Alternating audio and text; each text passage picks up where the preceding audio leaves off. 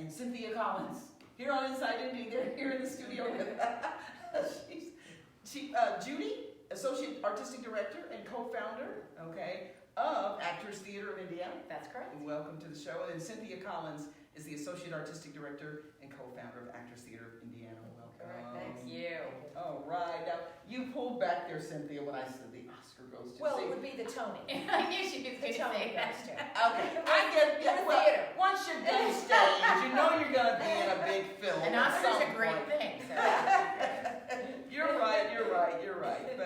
But the Oscars are at the top of my mind, considering they were a couple of weeks ago. Yeah, that's right. But I'm speaking things into That's it. That's after Broadway. So, well, tell us about Actors Theater of Indiana. Who wants to go first?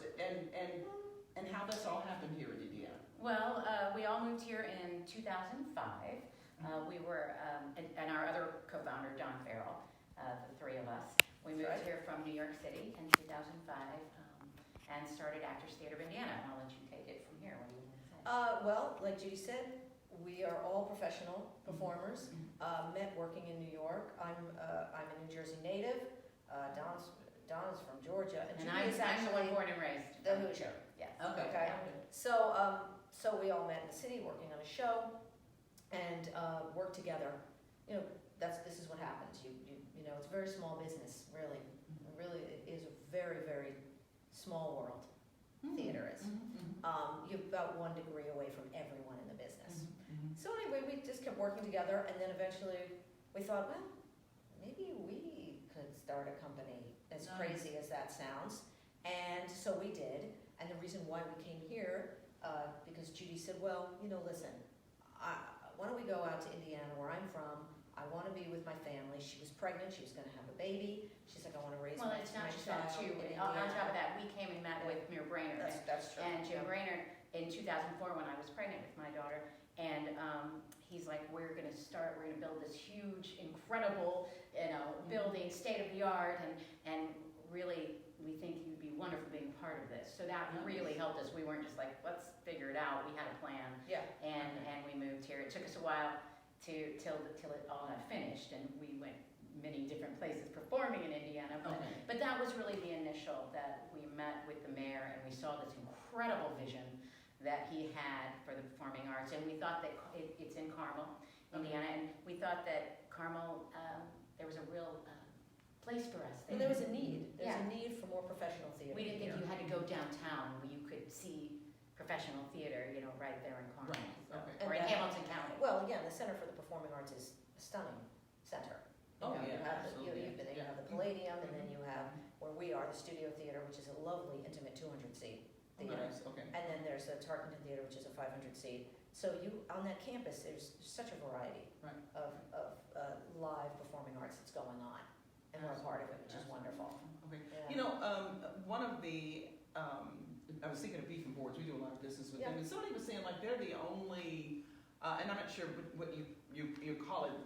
Dinner theater. Dinner theater. There's not many left of those. No. There's not. And we've all worked there. We've all worked at Beef and Boards. Yes. I mean, Not when we lived here. Not when we lived As performers. we came and worked. Yeah, as performers, we've all worked there. Yes. And I do hand it to them. They're one of the last dinner theaters in the country. And they're professional. Easy. And they're an equity theater company. They're professional, of course, because we're members of Actors Equity Association, of course, which is the professional union of actors and stage managers in the United States. Proud member since '91. When did you join? 93. Okay. Yeah, and so that's what, of course, Actors Theater of Indiana is. We are a professional equity theater company. And the only professional theater company in Hamilton County. Yes. Wow. Yes. But you only have about 4 really professional theater companies here in central Indiana, maybe 5, since us, Beef and Boards, IRT, and the Phoenix are the main ones. Yeah. Very nice. Well, so, what about somebody out there who is aspiring to be an actor or an actress? What do you say to them? And because I'm sure you got a lot of people who dream about that, but it's a different world than probably what we perceive it to be. It is. It's more hard work than I think people realize.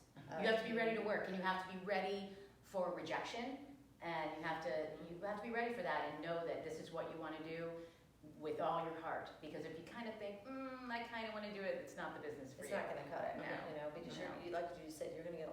connection. You're going to, it's a very sporadic career. You're doing a show and that show's over, and then you gotta get on that, get in there to those auditions again to get the next show, or you always have to think ahead for yourself as an actor. I mean, there's three of us who worked. I mean, we were in New York. That's where we were. I was in New York 16 years. Yeah, She very was lucky. I was born and raised there. I mean, I'm not sure. Don was probably there around 16 years too. Yeah, was he? Yeah, And we stood online for audition. I mean, You get there at the crack of dawn, and when it's still dark, and you wait, and you get your number, and then you come back later and audition, and and the odds of getting it are slim, but you still get out there and do it. But the more and then you get work, them, and then you get them. You do, but the more you work, the more people you know. That's right. And so you want to, obviously, the more seasoned you get as a professional performer, the more directors you know, Which is the more what eventually choreographers you happened. know, which eventually you Happened, get asked. right. It gets it's a little easier. Okay? A little easier if you are if you're talented, and Yes. That helps. and that does B, help. if you have the passion and stay with it. It's longevity. If you stick with it, and you're good, you're gonna do okay. But if you're just starting out, I tell someone just starting out, first thing, go and get your training. Go to a good university, has a very good theater department. And a few. And Ball State. Carnegie Mellon. Carnegie Mellon, Cincinnati Conservatory of Music, NYU, Boston Conservatory. Northwestern, Western Michigan. I mean, these are all good schools. And go there, get your training, and then take any work that comes your way. Because training is great, but that only goes so far. Okay? You gotta Experience. You gotta experience. I mean, I learned the most Me too. in this business through experience, not through my training in school.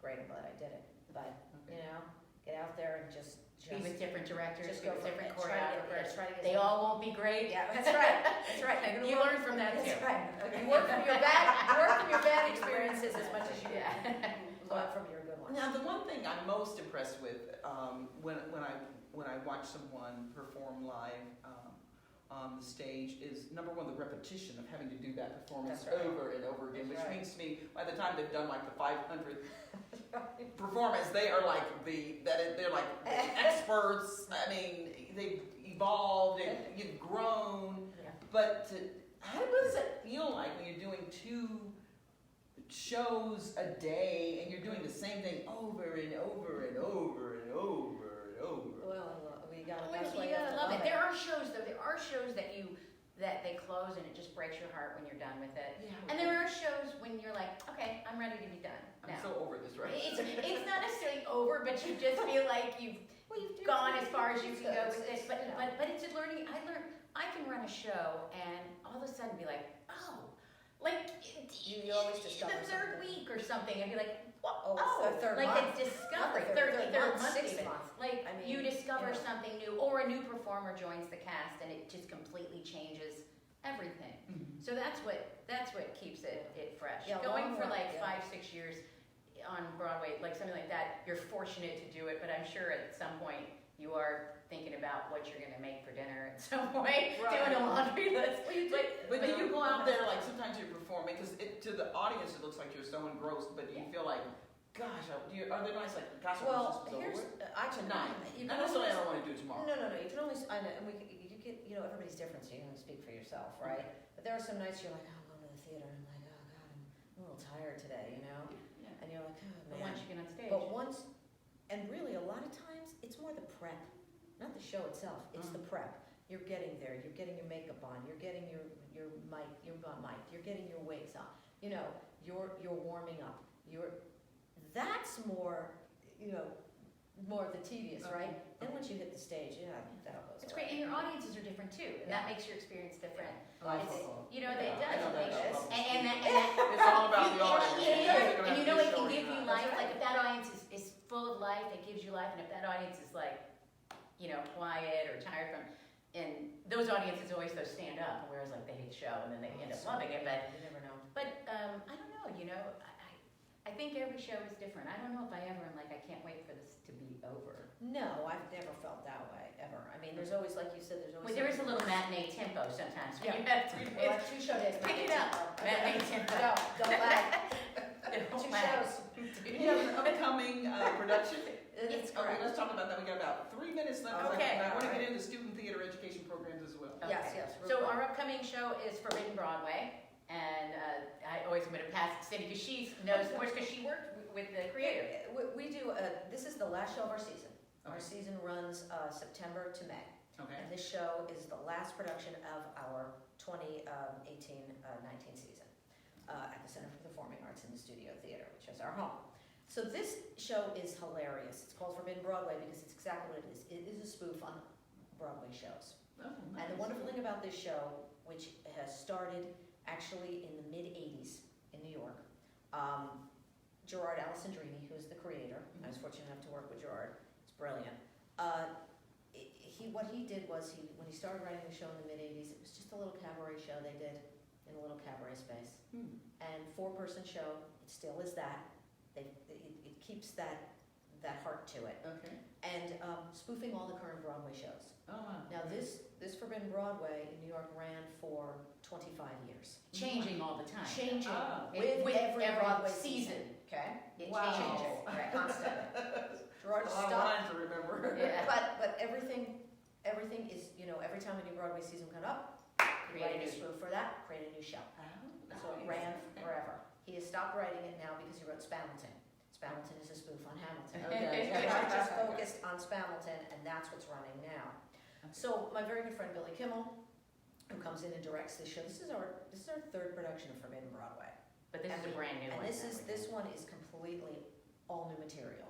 We're keeping some of the classics like Les Mis, Annie, Lion King. Lion King, Okay. but we're adding Newsies and Little Mermaid and Book of Mormon and Miss Saigon, which is not a new show, but it's it'll be new for this. Okay. And so it's the old classic stuff with new material, and it is. So we if need you to want add in quickly though that it is like a It is bazillion costume changes hilarious in like 2 too. seconds. Yes. Okay. Like, and that includes wigs. Like wigs, So entire you're gonna costume. see like 25 Broadway We walk shows. off. This is We 25 walk Broadway off. The shows. backstage is as good as on stage. Okay. We walk off, drop our clothes, pull on clothes, and walk back on. I kid you Sounds not. like wanna- me getting ready to work. But it We're is gonna- like Saturday Night Live. Let me tell you, talk about Saturday Night Live. It is like Saturday Night Live meets musical theater. Okay. Okay, I love it. Okay, so that's April 26th to May 17th. We got the information on the screen. Yep, great. Very quickly, because I am out of time. I know. Student Theater Education Program Yes, STEP. step with ATI. That is, as a not-for-profit, most theater companies are not-for-profit. And part of being a not-for-profit is you have an education program within your theater for young people. And this is the Student Theater Education Program, and we offer through that program, our educational directors offer workshops, performance workshops, audition workshops, business of backstage for Intensive. kids who are technical and want to learn about theater. We also have improv for adults. We do that once a month. Okay, nice. Taught by Nick Carpenter, excellent improv teacher SOAR. here. SOAR is what is the workshops for the kids. 13th grade. You soar, it's like you're soaring, to the heights of the best you can be. So we've got their information on the screen Good. as well. But Great. thank you so much, Awesome. Judy Fitzgerald Yeah. and Cynthia Collins. Yes. I was acting. Very good. Thanks so much for joining us on Inside Indy. Thank you so much. And thank Appreciate you it. for joining us. I'm Kelly Vaughn. We'll see you next time. Bye-bye. Dang, sorry.